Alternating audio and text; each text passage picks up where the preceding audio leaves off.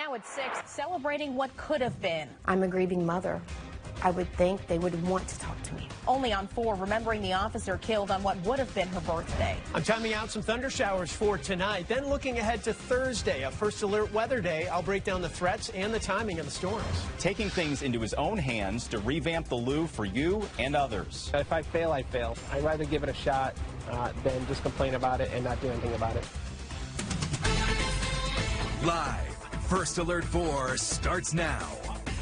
And first tonight, a live look outside as the sun prepares to go down. It has just been a great day to be outdoors. Yeah, but as the sun sets on what was a really perfect day, changes are on the way tonight. A First Alert weather day, in fact, is on the horizon. First Alert 4 Chief Meteorologist Steve Templeton is here. And Steve, our first focus is on thunderstorms tonight. Yeah, those are not severe. The First Alert weather day and the severe threat, that's going to come Thursday. But you're absolutely right, Corey. We still have a chance of showers and thunderstorms tonight. Not this evening. Mild and dry, nothing changes. You got a great evening ahead here. But we are watching for some showers and storms that will develop out to the west. There's one just on the east side of Kansas City developing right now, and that's what's going to move our way. But it's not going to be here until, while most of us are sleeping, around midnight to 5 a.m. So that's an overnight threat, and again, not severe for us. 75 right now in St. Louis. Fenton, you're at 73.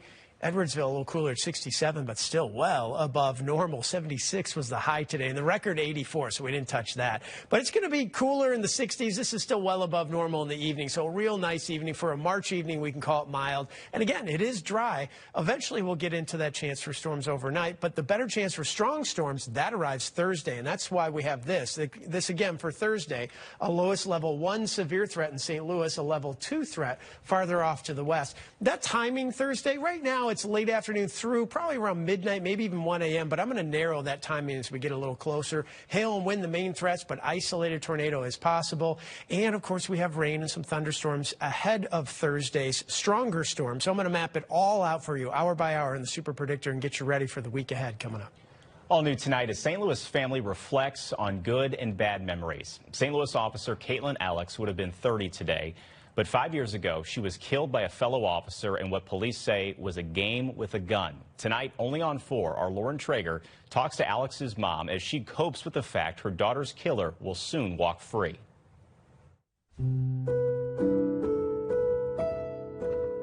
Losing a child is unbearable pain that you live with every day. It doesn't go away, and you don't stop feeling it.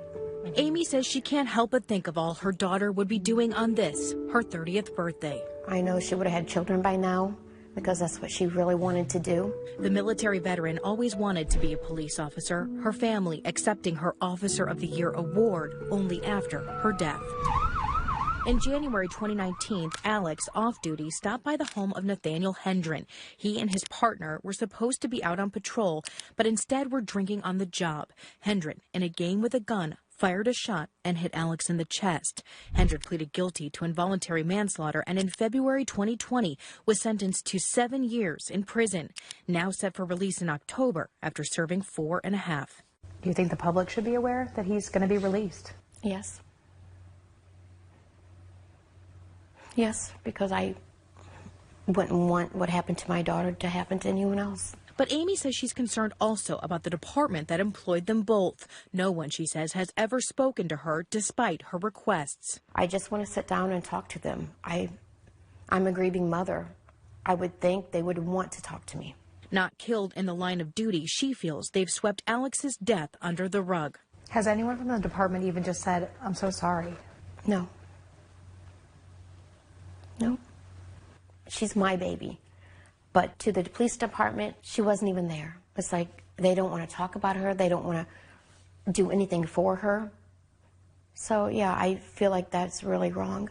She's got questions, too, about the department's policies and handling of other controversies, like recent patrol car crashes, including the one into Bar PM in the city in December last year. They need a change. But are they willing to change? That's up to them, because they're not being held accountable. 5 years after her death, Amy says she just wants to honor Alex's life. In honor of her name, I'm asking for donations for the animals. Setting up a fund now with Stray Rescue, all for Alex's love of animals, her acts of service, in this way, living on. You know, in my eyes, she's everything. Katie was a beautiful, beautiful person that walked this earth, and she's no longer here. You can find a link to that donation page inside this story on the First Alert News app. Now, Hendren is not serving his time in Missouri. He's part of a program allowing him to be housed out of state for his own safety. The Missouri Department of Corrections says they cannot arrange interviews for offenders out of state, so we cannot speak with him at this time. He is set to be released on October 23rd. For First Alert 4 Investigates, I'm Lauren Traeger. And we have reached out to an attorney who recently represented Hendren, but so far we have not heard back. St. Louis police have not responded to our request for any comment. Developing in Jennings tonight, St. Louis County Police investigating the stabbing of a middle school-aged child. This happened around 3 this afternoon near Jennings Junior High. Right now, police say the suspect is still on the run. And we still have a lot of questions, a lot to figure out on this story. It is clear our area is having a lot of problems with youth violence. Just days ago, a violent fight broke out near Hazelwood School. And tonight at 6:30, we are confronting conflict in schools and talking to one St. Louisan whose mission is to de-escalate tensions between kids. We've got new details on the Metro bus murders from Monday in Berkeley. Right now, Anthony Frazier is jailed, accused of opening fire in and on the bus because of the way one victim stared at him. The victims are now identified as Jerron Jackson Craig and Jorge Andres Cantor Pinzon. Here's Jackson Craig's grandma recounting her interaction with him. Every morning he would bring me coffee up, and he brought coffee up that morning, and he said, "Grandma, I'm getting ready to go," and he hugged me. He said, "I'll see you this evening," and that was the last I heard of him. There is a lot more coming out tonight about this terrible crime. Tonight at 10, more from that grandmother, and we expose the suspect's long and troubling criminal record. New at 6, take a look at your screen. Right now, area police are looking for the man caught on a Metro bus opening fire. This happened last Tuesday on North Hanley and Veneta Park. We don't know what sparked the gunfire, but a passenger was hit and is now recovering. If you can identify this gunman, be sure to call police. First Alert 4 getting results for people whose cars have been stolen. After our story on tow fees, towing companies are now answering the call to give the victims a break. Only on 4, Melanie Johnson joins us live in Ferguson tonight after learning more about that help that's coming for those victims. Melanie. After my story, one of the area's largest tow truck companies reached out to the Ferguson police chief for help. The chief tells me this is only the start of his mission to bring relief to car theft victims he says has already been through enough. Thank you, Ferguson Chief, for thinking about us. Daphne Brown all smiles after finding out help is on the way for those left carless because of thieves. I think that is a good thing because we shouldn't have to pay fees anyways. If our car is stolen, it really doesn't make sense for us to have to pay to get our car back. I've been in law enforcement for 35 plus years, and over the years I have seen, car theft victims be double punished, so to speak. Days after Ferguson Police Chief Troy Doyle issued a call to action advocating for car theft victims. What I'm trying to do is help victims out, and whatever I can do. He got a reply that could launch an historical program where tow truck companies waive fees for crime victims. As a result, I've received numerous inquiries from other tow companies saying, hey, either we would waive the fee or give you a grace period. We are the largest in the central United States. Bolin Towing is now working with Ferguson's police chief to get rid of the pricey fees for those who have had cars stolen. Curtis Barks is the CEO. We continue to move forward to strive to, again, teach our fellow counterparts in the industry of how to stand up and actually be a part of the solution instead of being part of the problem. The campaign doesn't stop there. Chief Doyle wants to take it a step further and partner with insurance companies, as well as make convicted perpetrators pay for towing and storage fees. This is not about compensation. This is all about trying to help the victims. Chief Doyle says Ferguson's campaign is one of the first of its kind. Barks, whose family has been in business since the 50s, says just doing the right thing is just what's supposed to happen. And I hope more people jump on board to do the right thing. More police departments are looking to jump on board as well. St. Louis County Police tell me they're looking into this program to add to their agency. As far as the Ferguson Police Chief, they will meet with Bolin Towing Company tomorrow to discuss the next steps about this car theft victim waiver program. We're live in Ferguson. Melanie Johnson, First Alert 4. Melanie, thank you. As the Israel-Hamas war continues, here at home, one woman's push to support Israel continues to be met with backlash. Corinne Sharhak put flags up outside of her Maplewood home to support Israeli hostages and those who have died. Within the last 2 weeks, 2 flags have been stolen, and a sign saying "Bring them home" has been ripped apart. She tells First Alert 4 her cameras have also caught people driving by yelling anti-Semitic slurs. I don't mind if people disagree with us politically, but to me, when they come to taking away our right to free speech, coming onto our property, and making us feel less safe in our home, that's where it becomes upsetting. We do know she has reported these incidents to police, and officers watched the house last night as well. She tells First Alert 4 she doesn't want to see this happen to Jewish people, happen anywhere else. Some scattered thunder showers for tonight. Then we look ahead to Thursday. It's a First Alert weather day, and I'm timing out the rain, the storms, and the threats for you coming up.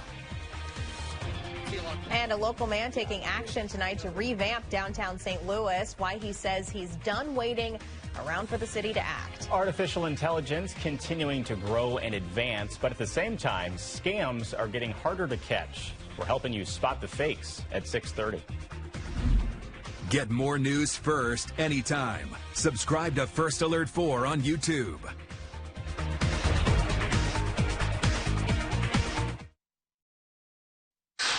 Now at 6:30, we are confronting conflict in and out of the classroom as school violence continues trending. And trusting artificial intelligence, it's becoming harder.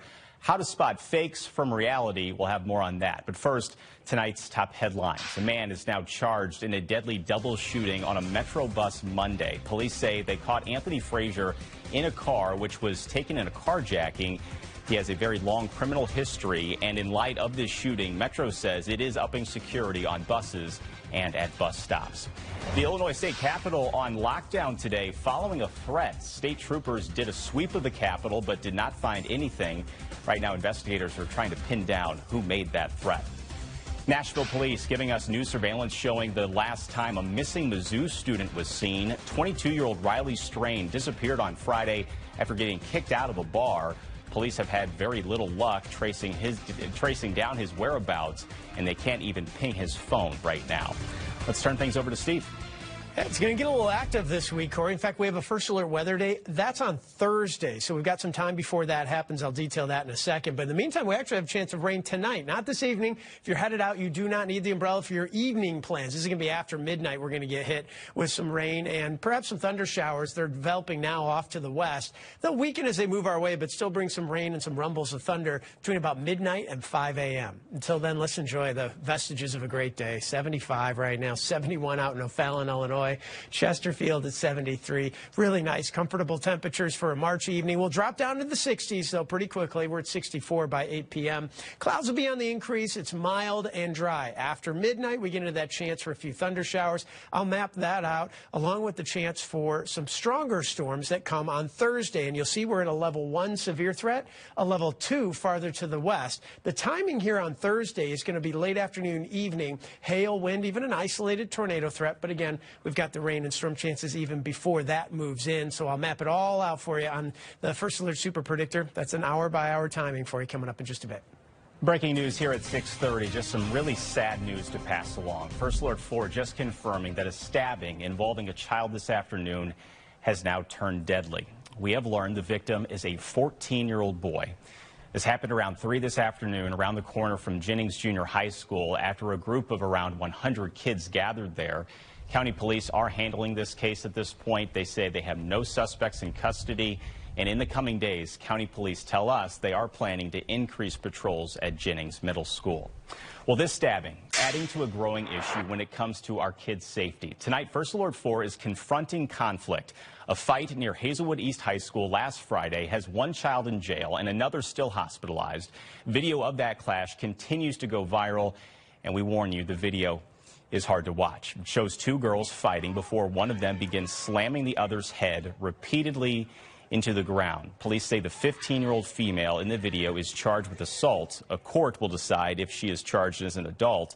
The girl seen lying on the ground remains in critical condition tonight. Well, this fight showing a growing trend here in the metro and really throughout the country. Last month, a 14-year-old student had his lip busted and ear ripped at McClure High School. And during the fall, several schools had to cancel or move their football games because of brawls. So joining me now is Dr. Marty Casey with the Ungun Institute, a company working on a de-escalation tactics and really finding solutions for some of this violence that we are seeing with our youth. So Dr. Casey, really appreciate you being here. I know your organization is about the solutions, and we're going to get there in just a minute. But from your conversations that you're having with youth in the community, what is leading to some of this violence that we are seeing with these fights that are happening in schools? Corey, if we do what we call trauma tracing, we go all the way back to the lifestyle of the youth. We go back to the environment. We go back to the relationship with parents, with what's happening inside of their community, along with the environment and the culture of the school. All of those things combined makes for a recipe sometimes where violence is going to be cooked up. So what we have to do, we have to take the individuals and see exactly what's happening. My concern with the fight that we were talking about, I want to know what was happening, what type of relationship was between those two young ladies before the fight took place. And we all have to take some accountability, because for those who may have seen some things brewing on social media, for parents who may have overheard some conversations and coming home and saying, I'm having some issues with so-and-so and so-and-so, and this is what's happening, that is the time for us to act. We cannot wait until it gets to the violent act itself taking place. We have to start stepping in the core, in the beginning of the situations. That's where we're losing, if you will. We're too late. And let's talk about some of the solutions and the Ungun Institute on doing some of these things and stepping in immediately to try to prevent some of these things that we are seeing happen. Yeah. Yeah, it's all about the preventative work. But in order to do that, you have to know the tools and the techniques that it will take so these children can practice these things. This is not like, hey, I want you to be on your best behavior, go to school, you go to school to learn, come home and all is well. Because that's just not the way it is today. I mean, there's so many different things that we have to take into account as to, I could be raising my child one way at home, but when they go into an environment where there's many different things happening and with backstories of other children, trauma's transferable, right? So my child will not be exempt from those things that's happening. What about the children that was just walking down the street trying to get to the house when the fight took place? They just bared witness to something, and now those things is in their mind. Now they have fear. Now they're waiting for something to happen, and they have to be ready to react to that. That's what we don't want. We want them to be able to respond.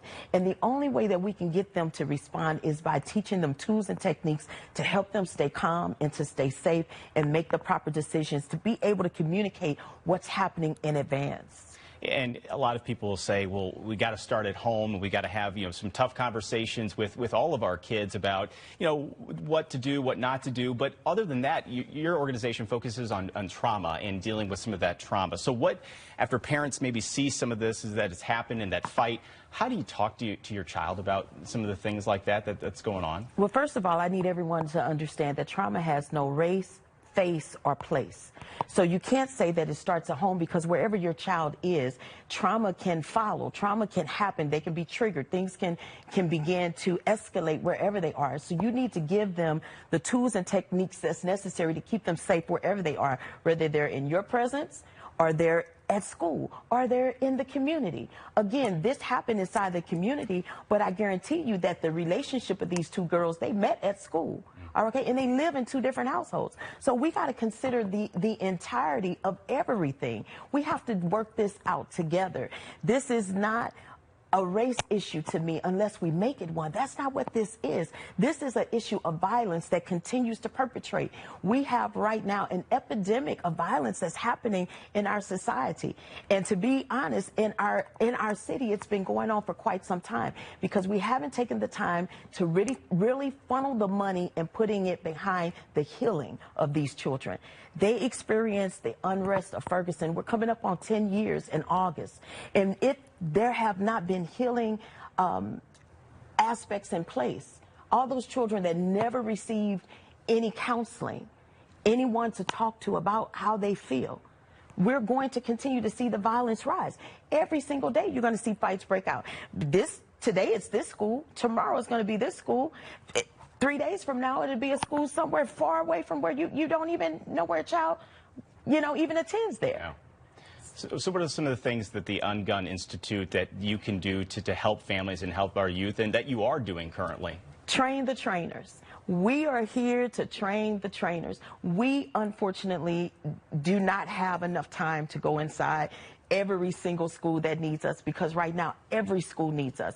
But we do have enough time to train trainers to where if you are working with children, if you're a social worker, if you are if you're working in the community, if you're a pastor, you're a nurse, you could use our tools and techniques, and wherever you are servicing the community and these children, we can train you on what to do and how to respond to keep these babies safe. I brought this here, and I know they probably can't see this, but I just want to just show you that trauma, we have two choices here. We can keep going down this road where there's killing and broken communities, and that keeps us on that cycle of violence, or we can choose that path of healing, and that brings us to building safer communities. And that happens in that triangle effect where parents, schools, and communities together have to keep that child safe. Inside of it, it takes you and I. I told you when you all called me, you're a media source. How you tell this story will matter on what's going to happen and how we respond to it outside. I thank you, Corey, for allowing me to speak this story from a place of sharing with everyone that the time is now. Yeah. It's right now. Our babies need us right now. Since I've been here, you had a story to break about violence at another school. Right? Yeah. 100 students fighting. It probably only started with 2, but because trauma is transferable, 98 other students was involved in it. Yeah. Yeah. So what are we going to do? What side are we going to choose? Are we going to continue to kill, or are we going to heal? I'm on the healing side, and I'm asking others to join me. So I'm hoping that they contact us at unguninstitute.com today so that they can sign up for our next Train the Trainers. And let's do something about our city. It's an important conversation, and we'll continue to have the conversation, make some changes. All right, Dr. Casey, really appreciate it. Thank you. Thank you. And we'll be right back.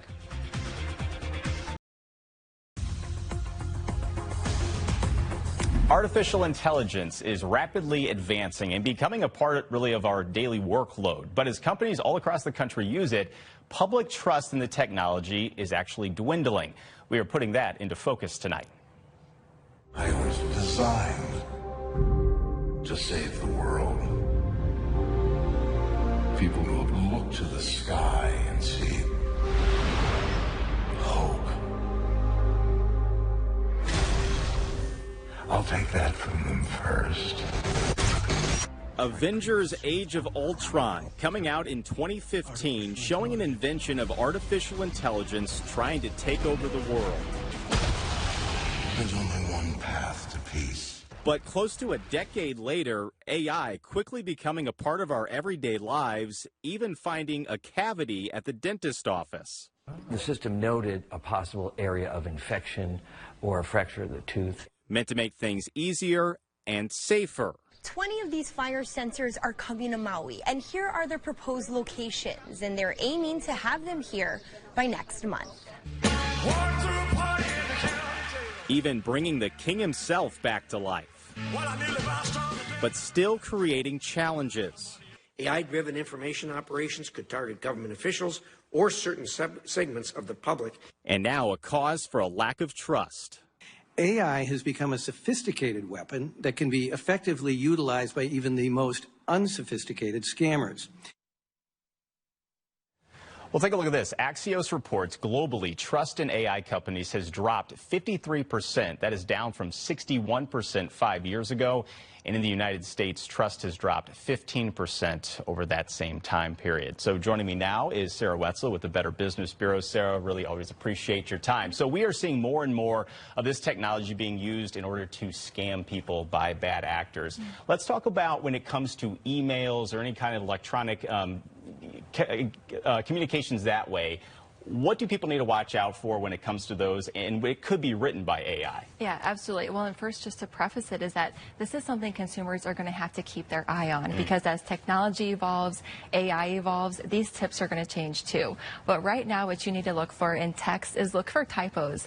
And the interesting thing is, it used to always be, you know, look for typos if there's grammatical errors. That was the red flag. Now it's almost you want to hope to see a typo, because that means that it's actually a human. Because with AI, there are no mistakes, and that's just not likely. We have human error. There is going to be, you know, you forget the apostrophe, you forget a comma somewhere. So look to see if it's almost too perfect. Another thing is check for incorrect information. A lot of times these data bots are only trained on certain data sets, and so their information may be outdated.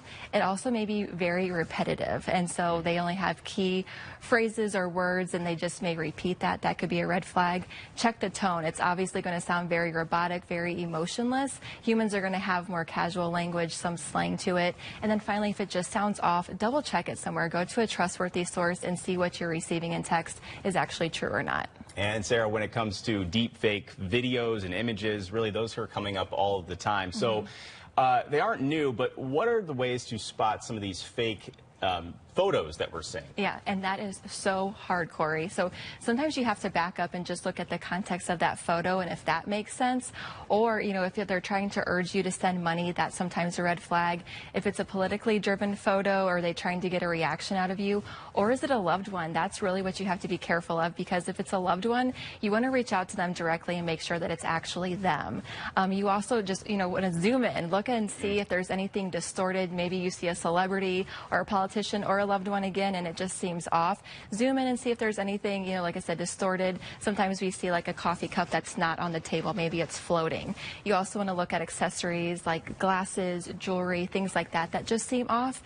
And then also those physical traits. There's some less advanced AI, and it's really hard for them to get those physical traits. Sometimes we may see, you know, the ears that are off, hands and toes, fingers. Sometimes hands have the wrong amount of fingers. So really look at all those little things. And then also use a reverse image search. Go to Google Images or TinEye. You can put that image in there and see if it's being used on other sites online. And that's, you know, will really let you know that this is probably a scam image that's being used other places.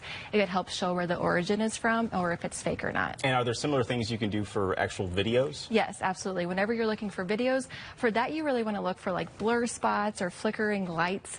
A lot of times AI-generated videos will have where flickering's just on the person that's talking or off to the side or in the background. Another thing is just looking for things that just don't sound right, so listen very closely. If the inflection seems off, if there's choppy sentences, or also if the background noise does not match up with the location where they're at, that's a red flag. And then finally, when it comes to audio, if it's a loved one, there too, just call that person, because what scammers are doing are using AI-generated phone calls to impersonate a loved one, a friend, and at the end of the day, they're trying to get your money and your personal information. It's so sad that's happening too, I know. but we know it's happening. This AI is, we're going to have to get used to it because the technology is there, but some very good words of wisdom for us. Sarah, thank you. And we want your take. Do you use artificial intelligence? Is it technology you trust, or is it something maybe that needs more oversight? You can email us at yourtake@firstalert4.com. We'll be right back.